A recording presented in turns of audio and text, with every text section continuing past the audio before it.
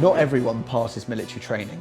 In fact, in my training platoon, we had an initial pass rate of just 50%. If you're heading to basic training or even just thinking about joining, I'm going to give you 3 ways to absolutely guarantee you'll fail and how to avoid them. Guys, welcome back to the channel. If you are new here, let me first explain who I am and why I'm sharing this.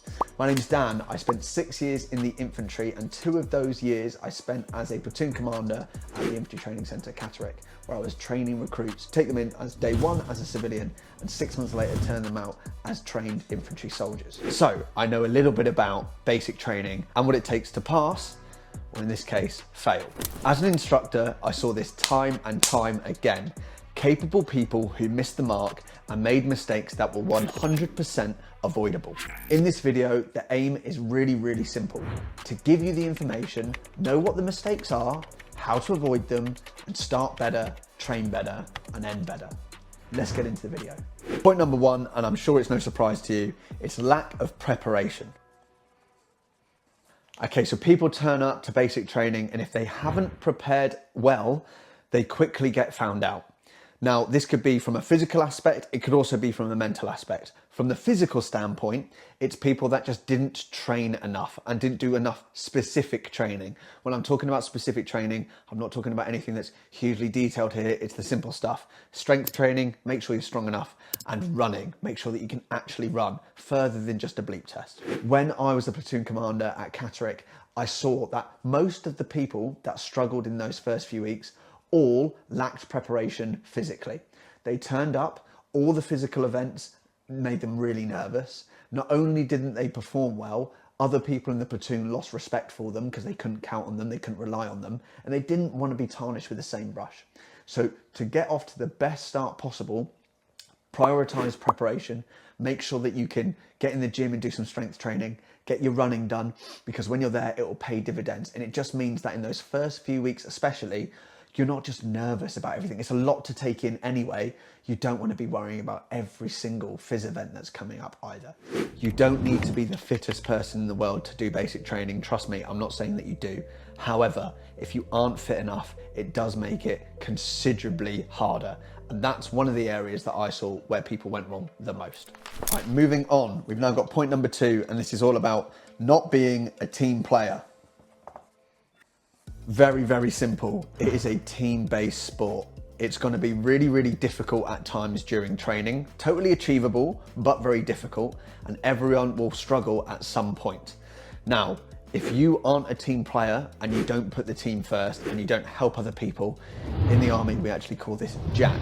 You're being jack if you put yourself first and you don't look out for other people. If someone needs help with their kit or with their rifle or whatever it is, you are being jack if you do not help them. Very quickly, people will mark and avoid you if you are selfish and you are deemed jack. So make sure you are investing time, because you're going to need their help in return. As much as it's about you getting through basic training, as an instructor, I care about all of the recruits getting through basic training as well, not just you. So be a team player is the biggest advice I can give you when you start at basic training, is just help other people, because you'll need their help as you go through. You can't do it alone. Let me explain what I mean by a 50% pass rate. It doesn't mean that 50% that didn't pass meant that they necessarily failed. It just means that they didn't pass with that platoon. So there might have been a 10% rate of people that actually failed training and got kicked out of the army, for example. And the other percent of people just didn't pass something first time around, and they had to get back trooped or back squadded, which means they join a different platoon and they don't really get to pass out or commission with their friends. That's not something that you want to happen to you. So this advice gives you the best chance to actually get through everything first time round. The quickest way to lose credibility in the military is if you are jack, if you don't actually look after anyone else but yourself. You will be found out and people will stop trying with you. So that is another part that I saw during basic training, is people don't offer up their help to other people, and therefore the rest of the platoon just kind of look at you as a bit of a waster, to be honest. Third and final point, really simple, very annoying when people don't do it. Listen to the instructors. Funnily enough, we know what we're talking about. It's really frustrating when someone gets told the information and they just rod it off thinking that they know best. It's also, let me tell you, super frustrating when someone comes in and they've joined the regular British Army, especially in the infantry. We had this a lot. People are like, I've done loads of cadets. I don't care if you've done cadets. We're now doing it the proper way, the professional way of being an actual soldier. Whilst that might have given you some good experience, just learn what we're doing and do what we say, because we've actually been in the regular army and we're teaching you how to do it the proper way. So my advice here is to listen to the instructors as best as they can. They've been selected to go to a training establishment, which usually means they're pretty good, and they've been selected to train the next generation of soldiers. So they would have brushed up on all of the stuff they need to know to be able to teach you. Doesn't mean that we're faultless, doesn't mean that we get everything right all of the time, but it does mean that you absolutely should listen. So again, in terms of failing military training, this is a surefire way to make sure that you're not going to do very well, is to just not listen to what the instructors are telling you from day one. It doesn't mean that you can't make mistakes and learn from them.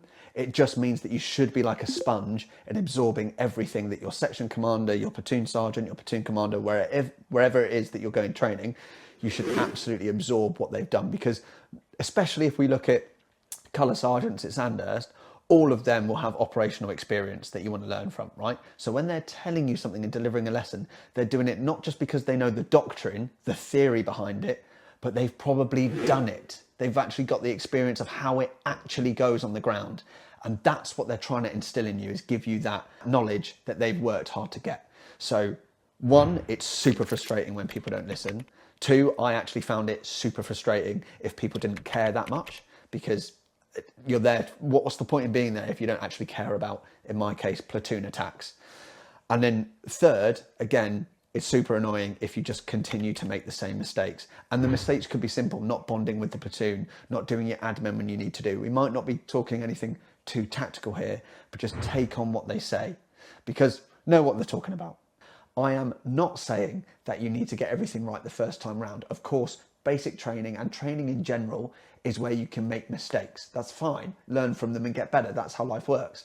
However, if you make the same mistakes or just don't acknowledge what the instructors are saying, don't understand the seriousness of some of the lessons we're delivering, that's where people go wrong. And it basically means that, one, back to the team player point, you're not really getting it.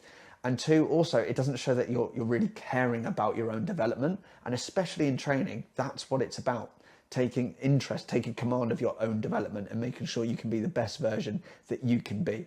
So we know our stuff. Listen to what's being taught. It's really frustrating from an instructor's point of view when people think they know better and it's clear that they don't, and they're just rodding off what you're saying. The points that we've covered: prepare as best as you can. Physically, of course, if you know that fitness is a weak area for you, just invest the time. You can actually see some incredible results in just 2 or 3 months. So invest the time and actually get a structure that works for you. The second is, when you're there, do everything you can to integrate with the platoon. Don't just be on your phone in the lines after the day or whatever it is, because you're just isolating yourself from everyone else. Do all the team bonding stuff. Offer up help, get to know each other. It is a team-based sport, as I've mentioned loads of times before. So you need to be able to work well as a team. And usually the people that do really well are also the best team players. And then third and finally is listen to the instructors. Not only do they know the doctrine, they've also been there and done it a lot of times before. That is everything for this week's video. Again, if you've got questions, something that you're unsure about, then put it in the comments below. You can also join the Discord community. This is a free community where anyone joining the military can go and seek advice. It's run by myself and another officer, and there's over 100 people in there now that are all in the application process. And finally, if this content is useful, it really helps me out if you just click like, click subscribe if you're not already subscribed, and then ding the bell so you can be notified every time I upload a video. See you next week.